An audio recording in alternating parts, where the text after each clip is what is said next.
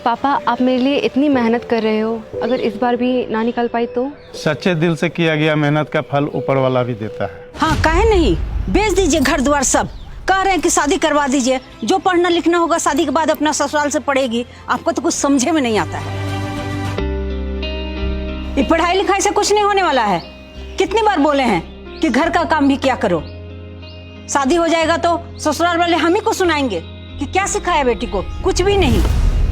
माँ घर का काम करके ही पढ़ने बैठे हैं, अब तो रोज रोज का ताना बंद करो। और क्या ससुराल ससुराल करते रहती हो, अभी मेरे शादी का उम्र है क्या? और नहीं तो का, इतना पढ़ा लिखा दिए कम है का? है? जब देखो कॉपी किताब लेके बैठी रहती हो, काम चलने वाला है इससे? पिछले बार भी तो पास नहीं की थी। अरे तो इतना इजी एग्जाम होता है क्या? और ग्रेजुएशन तुम नहीं करवाई, पापा करवाए हैं, और उनको भरोसा भी है कि हम यूपीएससी निकाल के आईएएस जरूर बनेंगे। तुम्हारे भरोसे रहते ना तो तुम तो 10वां तक पढ़ा के शादी ब्याह सब करवा देती। खाली जुबानें तो लड़ाना है। क्या मिलेगा सुनने के लिए कि माँ बाप यही संस्कार दिया है केवल? यूपीएससी निकालने तक सब संस्कार ताक पर भी रखना पड़े तो हम रखेंगे। कोई गलत काम के लिए मुंह नहीं लड़ाते आपसे। एक तो बेटी पैदा हो गई है, ये सब कह के रोज ताने सुनाती हो, कम है क्या? हाँ काहे नहीं जुबान लड़ाएगी, पढ़ी लिखी मेम साहब जो ठहरी, कल मुँह ही नहीं तो।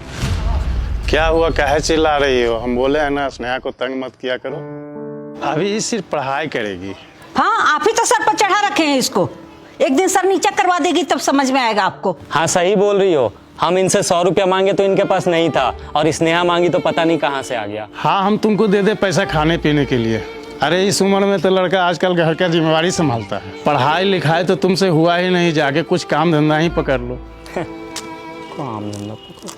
जा बेटा तू अंदर जाके पढ़ाई कर। आपके भरोसे को इस बार नहीं टूटने दूंगी पापा।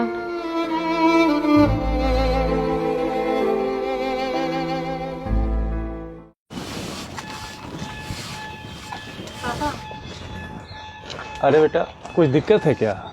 वो पापा मुझे किताब खरीदने थे। तो जाओ ना खरीद लो ना, परसों दिए थे ना 500 रुपया। 500 का तो स्टडी मटेरियल में सब खत्म हो गया था, अभी 200 और चाहिए। अरे बस इतना सा बात है, रुको हम देते हैं, चाहे जितना भी पैसा लग जाए। तुम बेटा खाली मन लगा करके पढ़ो। हाँ काहे नहीं, बेच दीजिए घर द्वार सब। कह रहे हैं कि शादी करवा दीजिए, जो पढ़ना लिखना होगा शादी के बाद अपना ससुराल से पढ़ेगी। आपको तो कुछ समझे में नहीं आता है। बेटी बोझ नहीं होती है, तुम भी तो एक बेटी हो, फिर क्या है स्नेहा को उल्टा पुल्टा बोलते रहती हो? चुप रहो एकदम। एकदम बेटी को सर पर चढ़ा रखे हैं। चढ़ी।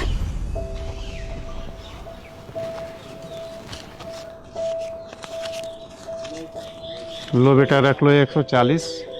आज इतना ही कमाई हुआ है। जानते हैं बेटा कम है, पर कोई बात नहीं है। तुम्हारा पापा रात में भी रिक्शा चला करके ओवर टाइम करके तुमको ज़रूर पढ़ाएगा, आईएएस जरूर बनाएगा बेटा, चिंता मत करो। पापा आप मेरे लिए इतनी मेहनत कर रहे हो, अगर इस बार भी ना निकाल पाई तो? सच्चे दिल से किया गया मेहनत का फल ऊपर वाला भी देता है। तुम ये सब बिल्कुल मत सोचो और खूब मेहनत करो। इस बार बेटी आईएएस जरूर बनेगी।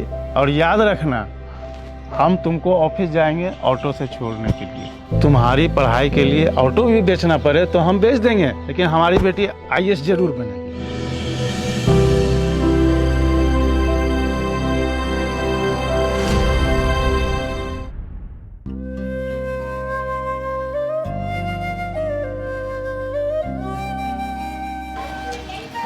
पापा ऑफिस चलोगे ना ऑटो से छोड़ने? क्या बोली? हम कुछ समझे नहीं। नहीं समझे? इस बार भी नहीं हुआ और क्या? पापा मैं यूपीएससी पास कर गई और आप भूल गए आपने क्या बोला था? इस बार बेटी आईएएस जरूर बनेगी। और याद रखना, हम तुमको ऑफिस जाएंगे ऑटो से छोड़ने के लिए। मेरा बेटी आईएएस बन गई।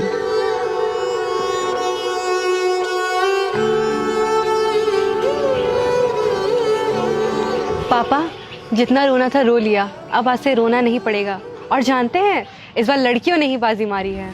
अच्छा जवाब दिया तुम सबने उन लोगों को जो बेटियों को बोझ समझते हैं। वो जो सर झुका के कहते हैं ना हमें बेटी हुई है, उन सबको यूपीएससी का रिजल्ट जरूर देखना चाहिए।